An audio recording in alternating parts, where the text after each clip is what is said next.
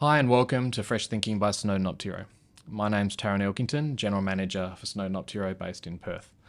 The topic of this podcast is part two of a two podcast series talking about review of mineral resources. In the first podcast, we talked about an overview of the mineral resource review process, and in this particular podcast, we're going to dive into the detail of what we're looking for in specific areas during a resource review. And again, for this discussion, I'm joined by Susan Havlin, who manages our geology team here in Australia. Well, welcome back again, Susan. Thanks, Tarrant. So I thought I might just start. In the previous podcast, you stepped through the aspects that we're reviewing in the mineral resource process. So looking at the data, looking at QAQC, looking at the interpretation of the geology, the geostatistical analysis, resource estimation, density estimation, resource classification, resource validation, reporting, and reasonable prospects of eventual economic extraction. So that's a long list of things that you're looking at in a resource review. So what I thought we'd do is just step through each of these items in turn and maybe just highlight a couple of the aspects that you're looking or that spring to mind when you're looking at each of these things. So I thought we'll start with the data. So what are you looking for? Well, you're looking to see whether the data is appropriate for use in the estimation. Some of the things we find that are not ideal is that people are using the wrong drilling method. So they might be using air core, which obviously is better for exploration rather than resource definition. Also looking at if they've got different drilling methods, whether there's a bias. A lot of people don't look at their data. They just assume that all the data is good data. And finally, for something like mineral sands, it can be an issue with the sizing because not all companies get their samples assayed with the same size for the slime. It could be at like 35 micron or 20. So you need to have a look at that before you can just use all your data.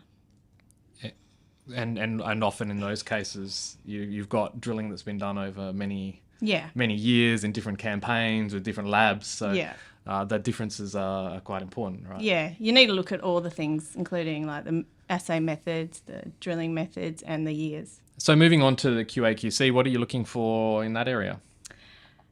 Well, basically, I want to know that the companies have actually done QAQC. A lot of people or companies don't do QAQC. Another thing that they do is they wait until an MRE or a mineral resource is about to be done, and then they look at the QAQC, which is obviously too late because if there's some issues with the lab, you should have had that fixed before you get to the mineral resource. I also find that people do improper QAQC practices, so they might be doing like blanks and filled duplicates every 20 samples rather than in the mineralisation, which obviously at the beginning you don't know where it is, but once you're doing resource definition, you should know where your mineralisation is sitting. And also I've found lately that there's a lot of certified material that's being used for the wrong assay method, so you have to make sure that it's certified for the method that you're using. Excellent. And the next one on the list is geological interpretation. So what are some of the things that you sometimes find in that space?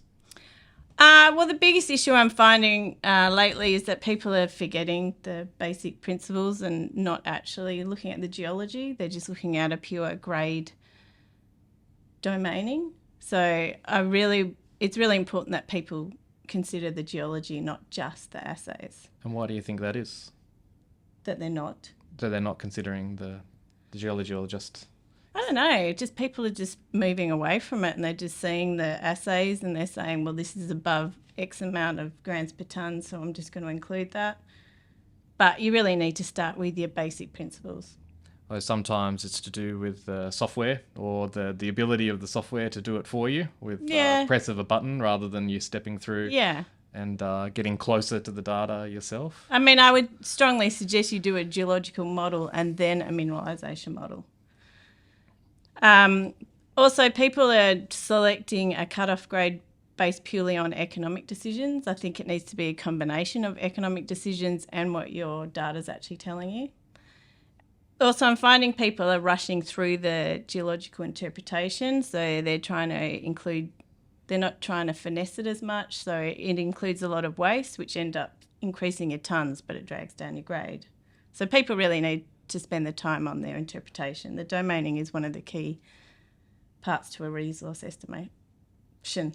Absolutely, and on that last point, I guess if you identifying that waste can improve your mineral resource rather than exactly. So now we've got the interpretation done, looked at. What are some of the things that you're looking at when you're looking at the data and the geostatistics?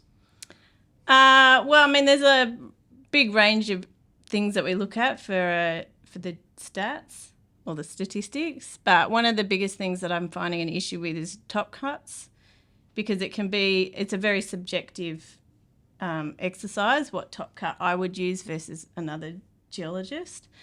But the problem is that some of these top cuts have a massive impact on the estimation. So it's a very fine line between cutting too much metal out or not cutting enough. I'm also finding that people aren't doing K&A, which is kriging neighbourhood analysis, which, I mean, we do K&A to optimise the search paths, the block sizes and number of samples.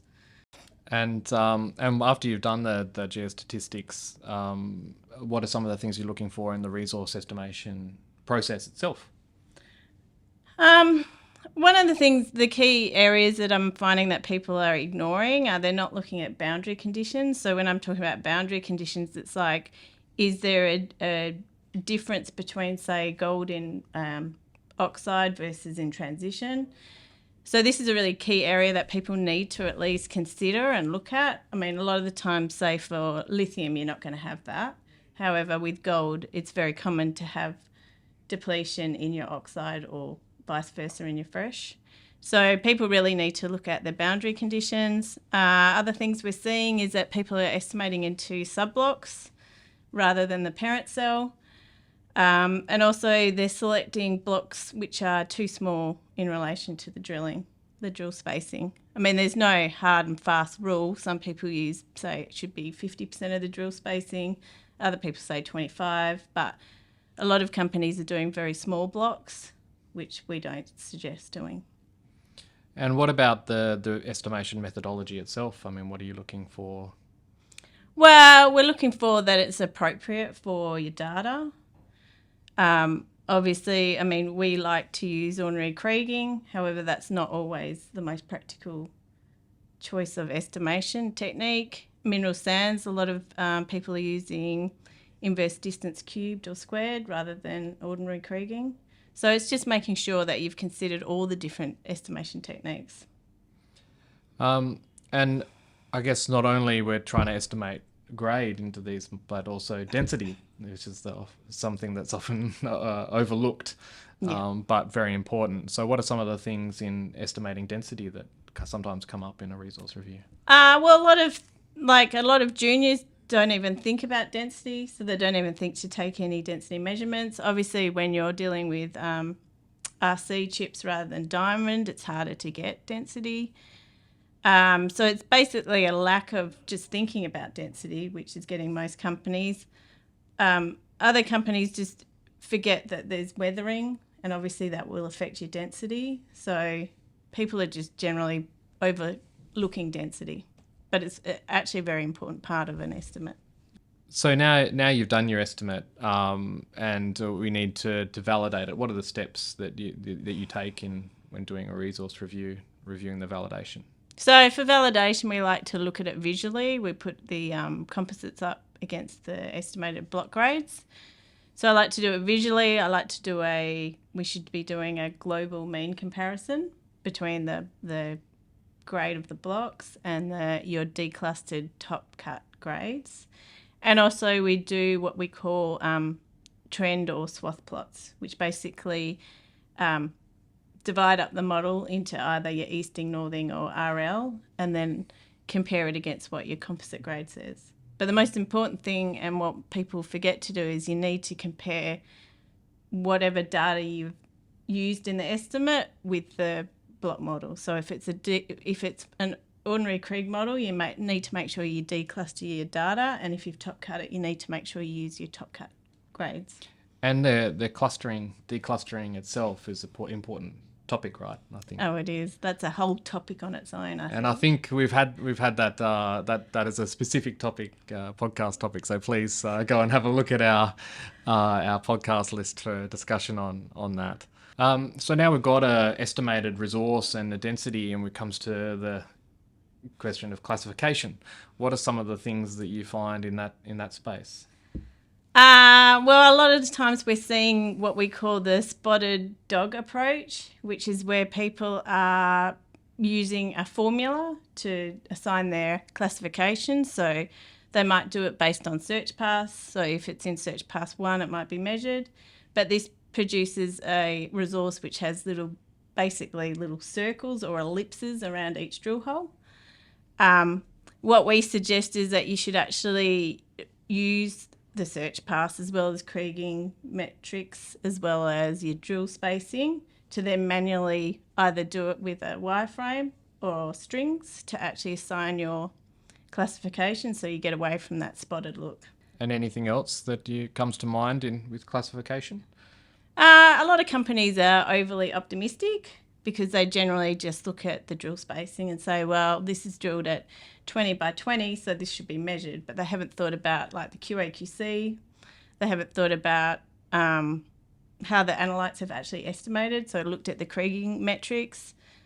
So it's really it's a broad approach. You can't just use one area. You have to do a combination for classification. Absolutely, a holistic view. And then I guess the other very important thing is the numbers. Right? Yes. So how do you report it? How do you take this thing that's a block model and report it so that you can go to the market and tell them about it? Yeah, well, obviously reporting is quite important.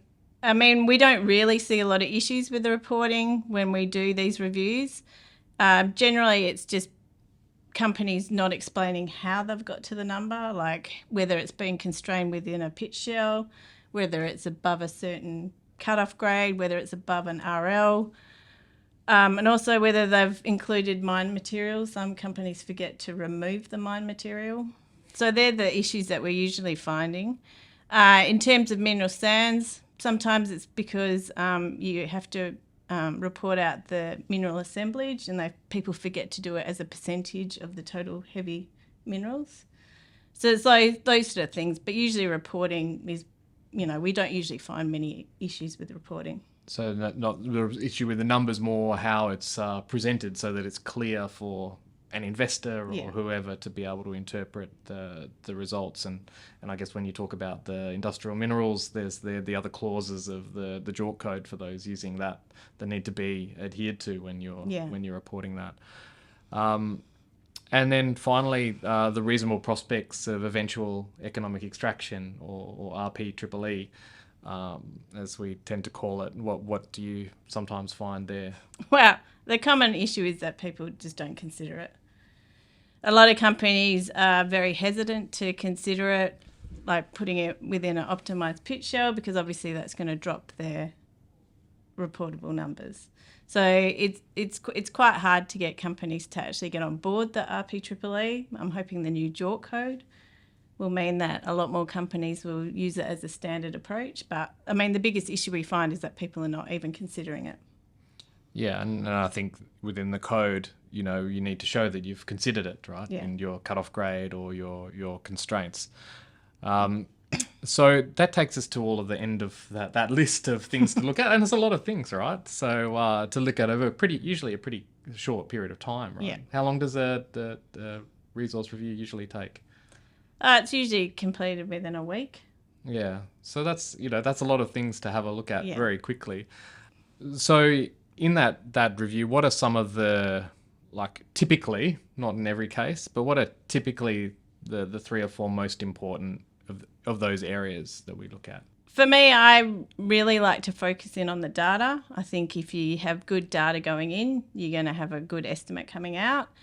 And then that follows on to the geological interpretation. I feel like the domaining is one of the most important parts of a resource estimation. And then it probably comes down to like validation. You need to make sure your estimate has actually honoured your data. Obviously, the RPEEE, I think, is going to become even more important now, and I think everyone should be considering it.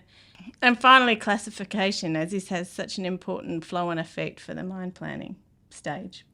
Absolutely. So there's some good list of things for people to look out for, and some really great topics covered there, and ideas for people to look at. So that draws this podcast to a close. Susan, thanks for joining us on this Fresh Thinking podcast and participating in the discussion. Thanks, Tarrant.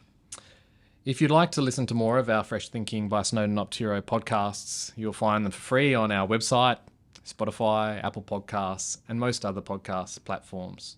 And if you enjoyed the podcast, please subscribe to our YouTube channel so you can keep up to date with our next podcasts.